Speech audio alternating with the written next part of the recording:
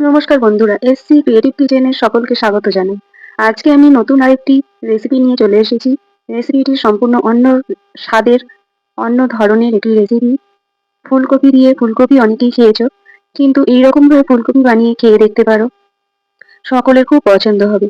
মাত্র একটি উপকরণে ফুলকপিটি তৈরি করব আমি। আশা করি তোমাদের সকলেরই ভালো লাগবে। রেসিপিটি দেখতে থাকো। ফুলকপির এই রেসিপিটির জন্য আমি প্রথমে ফুলকপিগুলোকে ছোট ছোট টুকরো করে কেটে নিয়েছি।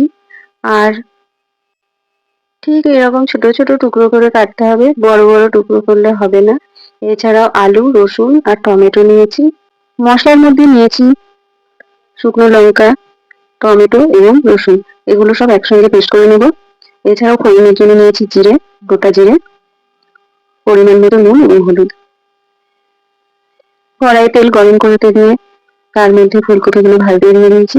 এর মধ্যে হলুদ এবং নুন দিয়ে কিছু ফুলকপিগুলো ভেজে নেব। ফুলকপিগুলো ভালো করে লাল লাল করে ভেজে তুলে নিতে হবে। তারপর ফুলকপি ভাজা হয়ে গেছে, আমি তুলে নিলাম। এবার সেই তেলে কেটে রাখা আলুগুলো দিয়ে দিয়েছি। আলুগুলো ভালো করে ভেজে নিচ্ছি।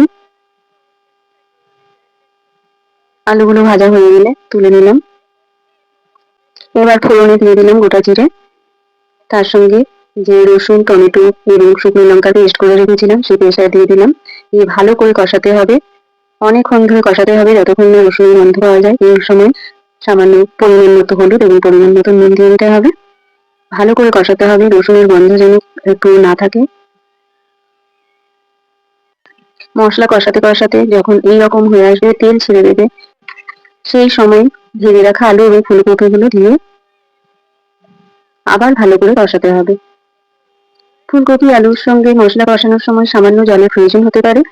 আমি সামান্য জল দিয়ে দিলাম, দিয়ে ভালো করে মশলার সঙ্গে ফুলকপি আলু কষালাম। এবার কষানো কমপ্লিট হয়ে গেলে পরিমাণ মতন জল দিয়ে দিলাম। ঠিক এই পর্যায়ে যখন তরকারিটি এসে যাবে, সেই সময় আমি তরকারি নামিয়ে নেব। এই রেসিপিটি একদম মাখো মাখো করতে হবে, ঝোল রাখা চলবে না।